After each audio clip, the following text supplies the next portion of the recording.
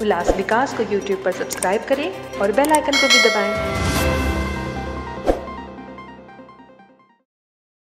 चालू वर्ष के 125 करोड़ रुपए के संपत्ति कर वसूली के लक्ष्य को सामने रखते हुए आगामी 26 फरवरी से 3 मार्च तक अभय योजना लागू की गई है।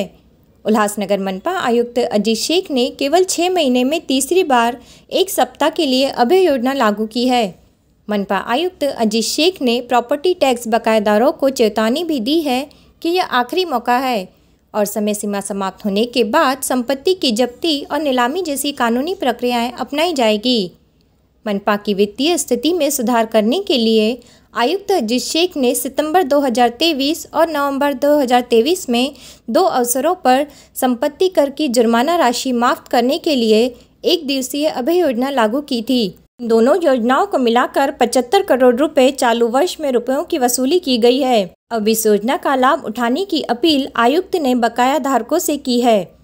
महानगरपालिकेचं उत्पन्नाचं सोर्स म्हणजे प्रॉपर्टी टॅक्स, वॉटर टॅक्सेस हे महत्त्वाचे सोर्स आहेत आणि आपल्याकडे याची थकबाकी मोठ्या प्रमाणावरती आहे।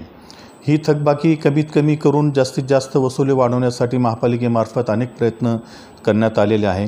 त्यामध्ये काही कोर्स ऑफ स्टेप्ससुद्धा आम्ही घेतलेले आहेत। आता 3 मार्चला जे आहे राष्ट्रीय लोक अदालतीचं आयोजन करण्यात आलेलं आहे आणि त्यामध्ये महानगरपालिकेने पार्टिसिपेट केलेलं आहे आणि त्यानुसार जे थकबाकीदार आहेत त्यांनी त्यांचं टॅक्सची रक्कम जर भरली ह्या कालावधीमध्ये म्हणजे 26 फेब्रुवारीपासून तर 3 मार्च या कालावधीमध्ये जर रक्कम भरली तर त्यांचा जो पेनल्टी आहे ती 100% माफी दिली जाणार आहे आणि हा कालावधी आम्ही जास्त यासाठी ठेवलेला आहे की मागं आपण एक दिवस ठेवत होतो आणि त्यामध्ये नागरिकांना काही अडचणीसुद्धा येत होत्या।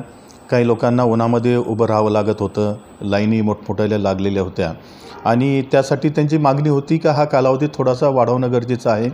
लोकप्रतिनिधींनीसुद्धा तशी मागणी केलेली होती आणि त्याचा सगळा विचार करून आम्ही 26 फेब्रुवारीपासून म्हणजे ह्या महिन्याच्या 26 फेब्रुवारीपासून तर 3 मार्चपर्यंत म्हणजे जवळपास एक पूर्ण हप्ता यासाठी ही अभय योजना लागू केलेली आहे।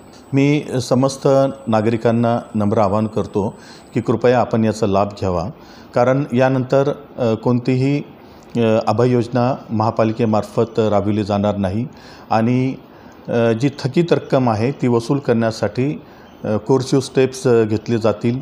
त्यामध्ये जप्तीची कारवाई असते, अटकावणी असते किंवा इतर नळ कनेक्शन्स कट करणं अशा प्रकारच्या ज्या कायदेशीर आयुध आहेत त्याचा वापर करून महापालिका आपली प्रॉपर्टी टॅक्स आणि पाण्याची थकीत रक्कम वसूल करण्यासाठी पूर्णपणे प्रयत्न करणार आहे।